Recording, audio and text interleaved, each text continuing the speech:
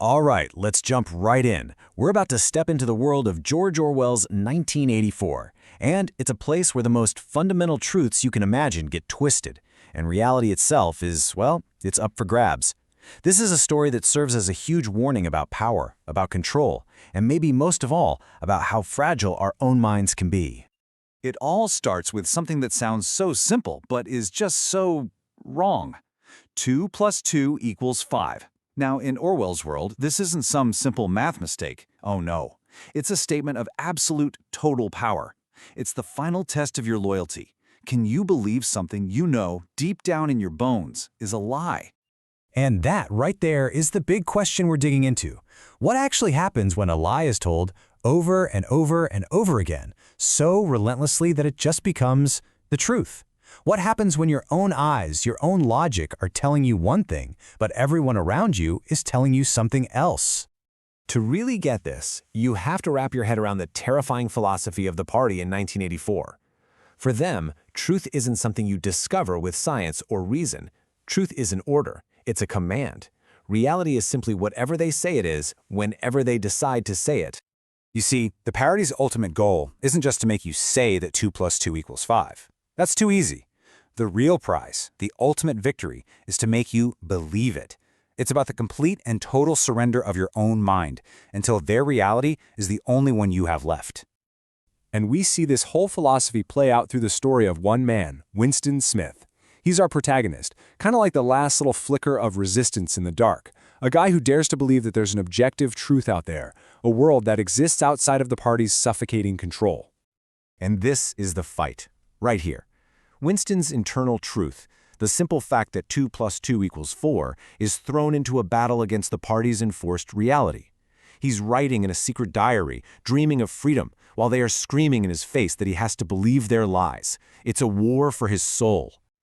And this is where it gets truly terrifying.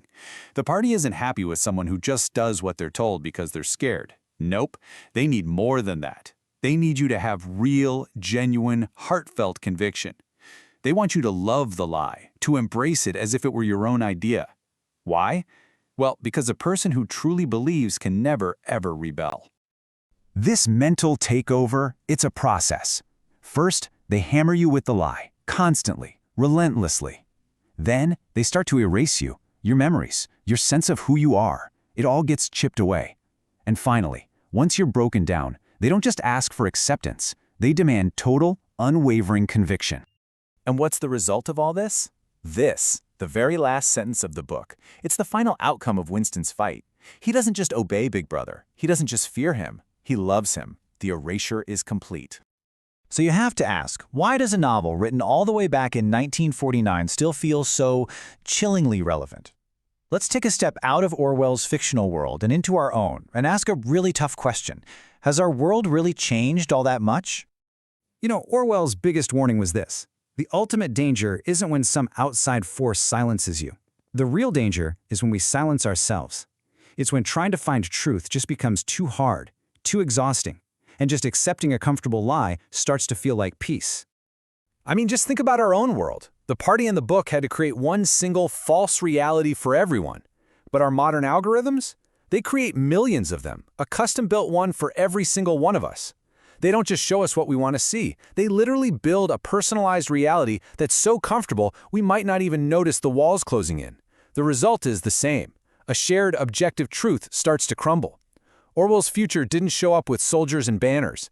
It arrived quietly, through the blue light of our screens, with one simple command. Don't think too hard. Just scroll. And that brings us to the final, and I think the most important point here. It's not just about seeing the danger. It's about what we choose to do about it. This is about having the courage to hold on to what's real. So, I'm going to leave you with a personal question. When you're completely surrounded by a story that feels good, but you know isn't true, when every headline and every algorithm is shouting that 2 plus 2 equals 5, will you have the courage to resist?